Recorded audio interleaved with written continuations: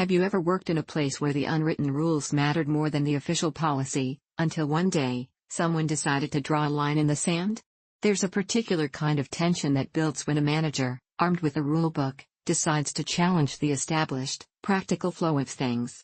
This isn't just a story about stocking shelves, it's a story about the subtle art of following the rules to their most absurd, satisfying conclusion. It all started a few months back. I work as a DSD driver, which means I'm out there delivering fresh bread and delicious cakes directly to a certain yellow-themed grocery store chain. My job involves not just dropping off the goods, but also merchandising them. My products usually get a dedicated rack, complete with a planogram, which is basically a diagram telling you exactly where each item should go. Now, in most stores, and with most managers, there's an unspoken understanding: the planogram is more of a suggestion. We drivers have a lot of leeway, and we often stock whatever sells best, whatever looks good, even if it means putting items not strictly on the planogram onto that shelf. It's practical, it's efficient, and it keeps customers happy. If you've ever dealt with a manager who just couldn't grasp that concept, you know the drill. And if you enjoy hearing about others who have, then go ahead and like this video, subscribe to the channel, and comment below with your own tales of workplace absurdity. But there was one exception to this unspoken rule. My smallest store in the chain had a general manager who operated on a completely different wavelength. She was, to put it mildly, a stickler. One day, she pulled me aside, a stern look on her face, and immediately launched into a complaint about my cake rack. She claimed she'd received several complaints about mismatched prices on the shelf and that her store was forced to honor the price on the shelf. Now, this was a bit unusual. Mismatched prices usually mean someone messed up a tag, not a fundamental problem with the whole shelf. But I was willing to be helpful, so I said, "Well, we can certainly fix the pricing on that shelf, no problem at all. I'll just need you to scan the products and make me a new tag for each item, and I'll take care of putting them up correctly." It seemed like a straightforward solution, a way to address her concern and move on. But she wasn't interested in solutions, not really. She immediately snapped back, her voice sharp with what sounded like a practiced reprimand. "You know that shelf has a planogram, right? How about we just stock it correctly, according to the planogram?" The implication was clear: I was doing it wrong, and she was going to make sure I did it her way. She wanted the letter of the law, not the spirit of customer satisfaction. Very well. As they say, cue the malicious compliance. The next time I came in, I approached that cake rack with a new purpose.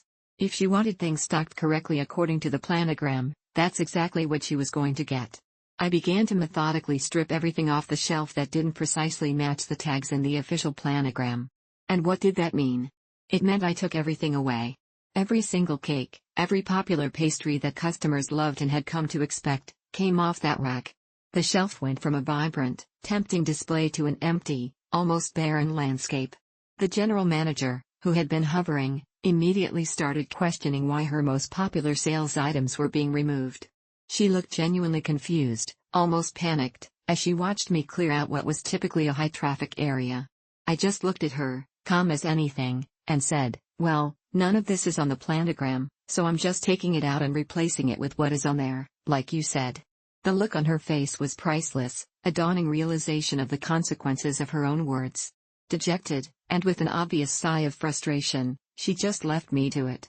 This newfound, strict adherence to the planogram, enforced by the GM herself, has paid off for me not once, but twice since then, in increasingly amusing ways. The first time, just a few weeks after the initial shelf stripping incident, the same general manager confronted me as soon as I walked through the door. She cornered me, looking indignant, and accused me of holding out on her. She had apparently been to a different location, a larger store that received a wider variety of cakes, and had seen all the nice cakes that she'd never seen in her store. She wanted to know why her store wasn't getting these fantastic new items. I simply reiterated my position, maintaining a perfectly straight face. "Those cakes aren't on your store's planogram," I explained. "So I can't put them in." Her face, already flushed with indignation, tightened. "Well, can't we just put some in anyway?" She snapped back, clearly desperate for the new products. And that's when I let a small, satisfying smirk play on my lips. "Not if there's not a spot for it," I replied, my tone mild but firm. She just huffed, defeated, and told me to carry on with my work. The battle was won, again. The second time was even more satisfying. Our company had just rolled out these imitation butter cookies, a new seasonal item that was flying off the shelves everywhere. They were incredibly popular, and every store wanted them. The GM, probably hearing the buzz, practically begged me to give some to her store. "Please," she pleaded, "can we have some of those cookies? My customers would love them." I played along, keeping my face neutral. "Do you have a spot for them?" I asked, knowing full well what the answer would be based on her previous demands. She hemmed and hawed. "Oh, we can make room, of course there can be room made," she insisted, trying to regain some control. But I wasn't letting her off that easily. "Yes," I said, "but is there a planogram for it?" That was the breaking point. She absolutely lost it. Her face contorted with frustration, and she practically yelled, "I am tired of you using my words against me like this. I just want the seasonal stuff."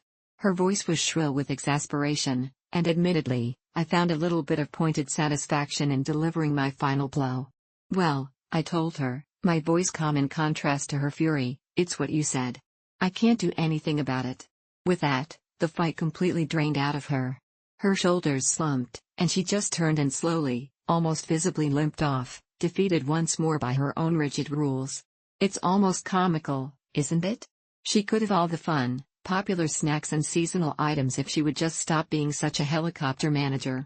All she had to do was let us operate the way we always had, with a little discretion and common sense.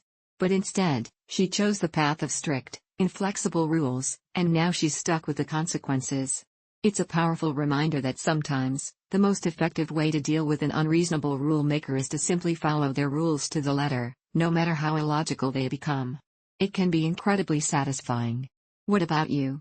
Have you ever had a manager whose own rules came back to bite them? Let us know your stories in the comments below, and don't forget to like and subscribe for more tales from the trenches.